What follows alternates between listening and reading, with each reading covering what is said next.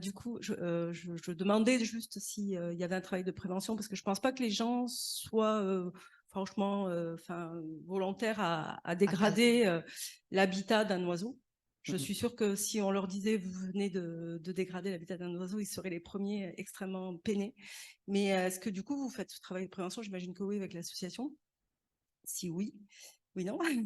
Sinon, comment faire pour mieux Parce que prévenir? on n'est pas plus bête dans le sud qu'on ne l'est en Bretagne. Si les Bretons ont été, peut-être c'est qu'ils ont une éducation au respect.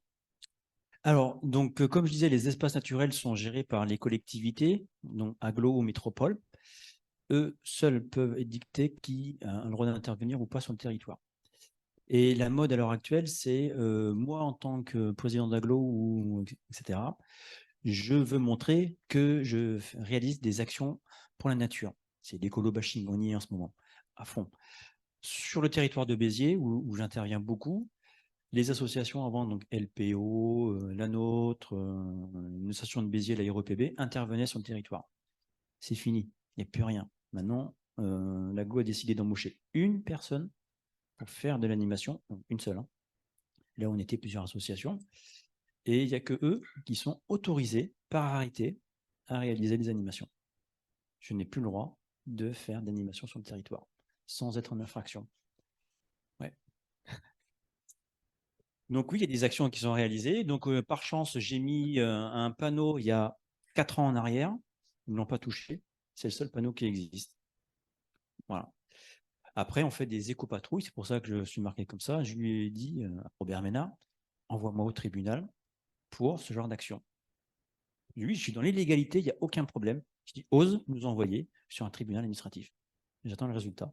Bon, on fait toujours nos actions de sensibilisation, mais on marche sur des œufs, c'est le cas de lire, parce que sinon, si je fais gaffe que je ne vais pas croiser un garde du littoral, etc., etc. On est rendu là. Donc, oui. Ils sont sortis, et je me lève en plus. Il n'y a pas des lois qui sont sorties sur la protection animalière et notamment des oiseaux du littoral. Donc, c'est des vieilles lois, hein, Convention de Washington, etc., qui sont. Non. Et, je ne sais plus ce que je voulais dire. Si, voilà. La région, depuis le 1er janvier, c'est elle qui a la compétence Natura 2000. Donc, on a des conseillers régionaux qui sont assez militants sur la protection de la biodiversité. On a le pacte pour la biodiversité qui a été lancé très récemment avec un appel à projet également, participatif, où il y aura beaucoup d'argent dedans. Et donc, du coup, c'est plus facile pour nous parce qu'on va dire, non, l'agglo, écoute, ouais, tu peux me dire ce que tu veux, mais maintenant, c'est la région qui a la compétence. Donc, la région va financer des actions d'éducation et on aura toute légitimité pour le coup pour intervenir sur ce territoire par ce biais-là. Voilà. Mais c'est très compliqué. C'est entre guéguerres, hein, donc forcément entre Robert Ménard ou d'autres élus et la région. Ouais. Donc, on va faire de plus en plus d'actions d'éducation de l'environnement et on trouve des leviers autres. J'ai répondu à ta question à peu près, ouais. Donc, je venais justement pour ce genre de sujet. Donc, moi, j'habite à la Franquie, à côté de Leucate, zone Natura 2000, depuis 3 ans. Enfin, j'ai venu avant. Et ce que je constate de l'intérieur, c'est qu'il y a des abus dans tous les sens, dans les constructions, bétonnage, camping 4 étoiles sur une zone Natura 2000. Je suis allé voir les dossiers, les enquêtes publiques. Donc, il y a toute la procédure administrative est faite. Mais à la fin, c'est un avis. Donc, du coup, le maire a dit l'avis, je m'en fous. Ils font quand même les constructions, ils s'étendent, et donc il n'y a aucun moyen juridique un peu plus important à obtenir pour bloquer ça, parce que dans les enquêtes publiques, ils disent par exemple, vos oiseaux, ils sont à 150 mètres, ils peuvent nicher, on s'en fiche. La vague du millénaire qui va arriver, ben, on met 20 cm de plus au bâtiment, puis ça suffit, alors qu'on sait très bien que c'est faux. Donc tout ça, ça passe comme ils font les procédures, quelque part, après de la corruption qu'il y a derrière, on le sait. Et on ne peut pas bloquer ça. Et moi, je m'aperçois qu'on est complètement impuissant. Alors, il y a des solutions, les associations de protection de la nature. Encore faut-il qu'elles soient agréées environnement pour pouvoir porter une affaire en justice. Si elle n'est pas agréée, elle ne peut pas porter plainte. Donc ça, c'est un frein qu'avait mis l'État il y a quelques années pour éviter des plaintes abusives. Donc nous, on n'est toujours pas agréé environnement, malgré nos multiples demandes. Voilà, on a compris, hein, parce qu'il y a des élus qui bloquent notre dossier.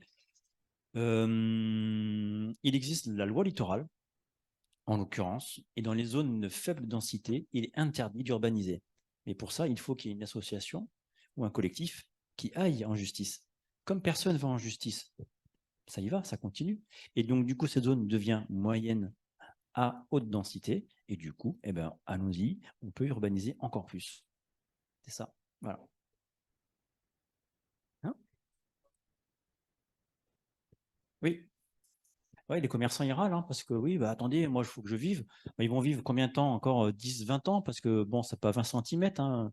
C'est 20 cm en hauteur, certes, mais en linéaire, ce sera 50 mètres. Donc, ils auront les pieds dans l'eau, voire le magasin dans l'eau. Ou si une association locale qui est agréée environnement. Il doit y avoir eau de nature. Voilà, de mémoire. Ou la LPO. Bon, la LPO ne portera pas l'affaire en justice, hein. Ce sera France Nature Environnement. Voilà. Didier Yagoubi à Montpellier. Oui, mais on n'ira pas.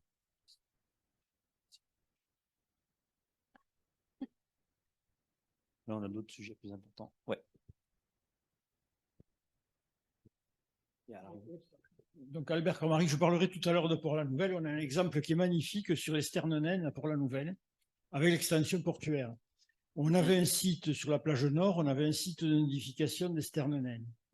On a interdit la circulation automobile sur la plage, ce qui n'est pas forcément une mauvaise chose, hein, là n'est pas le problème. Donc on a construit un parking pour empêcher les gens d'aller circuler sur la plage, et devinez où on a fait le parking. On l'a fait sur le site de nidification des Sternenen. Voilà. Oui, et comme il n'y a pas eu d'action en justice, eh ben, on a pu le faire. C'est ça le gros souci. Et encore, il faut que les associations aient connaissance des projets. Hein, parce que dans les concertations, c'est une petite publication vite faite dans le journal officiel, parce que c'est obligatoire, hein. On la met le dimanche, parce que souvent, on n'achète pas le journal le dimanche. Et comme ça, niveau connu, je t'embrouille. Voilà. Ou alors, il faut aller à la mairie et dire l'arrêter. Bon, qui va à la mairie regarder les avis? Pas grand monde. Voilà. Et on est dans le minimum syndical légal. Voilà. Et donc, c'est pour ça qu'on peut construire. Alors, Ouais, juste, question. on a une question, enfin, c'est encore pas une question, c'est une remarque, mais qui est très intéressante. Donc, je me permets de vous la communiquer. C'est en gros. Alors, nous ici, Saint-Gély-Nature, on était agréé environnement depuis le début, mais pas cette année, parce que notre réserve en banque n'est pas suffisante. La préfecture a refusé de valider notre dossier, enfin, plutôt leur renouvellement. C'est un gros problème pour les associations de protection de la nature, je le disais tout à l'heure, c'est plus tu m'emmerdes, moins tu as de subventions. Voilà. Donc c'est un des leviers qu'ont les collectivités. Il faut savoir que nous, notre association, on reçoit en fonds, en subvention pour l'année 2022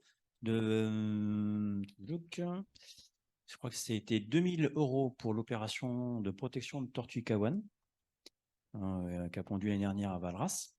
J'ai perdu 5000 € sur cette opération. Donc forcément, les caisses diminuent. Et donc ça, c'est par le département de l'Hérault, pardon. Et le reste, j'ai 0 € de subvention. C'est simple. Les seuls financeurs, chez nous, c'est les privés, hein, Réserve africaine de Sijan, voilà, qui nous filent 15 000 €. Donc s'il n'y a pas tous ces privés ou tout, j'ose le dire aussi, Total nous subventionne. Et j'ose le dire, vous voyez, ouais, parce que c'est les pénalités qu'ils reçoivent de l'État et de l'Europe. Et comme ils ont les pénalités, ils sont obligés de subventionner des actions d'éducation à l'environnement. Voilà. Donc en fait, c'est l'État. Ah non, c'est non, celui-ci est non déduit parce que c'est imposé par l'Europe. C'est l'Europe qui leur impose. Voilà. Donc je reçois pendant 3 ans 3 500 € total. Donc, et j'ai pas honte de le dire, je suis désolé. Hein, voilà. Mais si j'ai pas ça, je peux pas protéger les sternenen et les gravelots. Oui, mais il faut le dire en négatif, parce que pour eux, c'est une punition de vous donner Oui, des c'est pour ça que j'aime bien ce que je dis. C'est une punition pour eux, c'est une amende. Hein. C'est une amende infligée par l'Europe. Hein.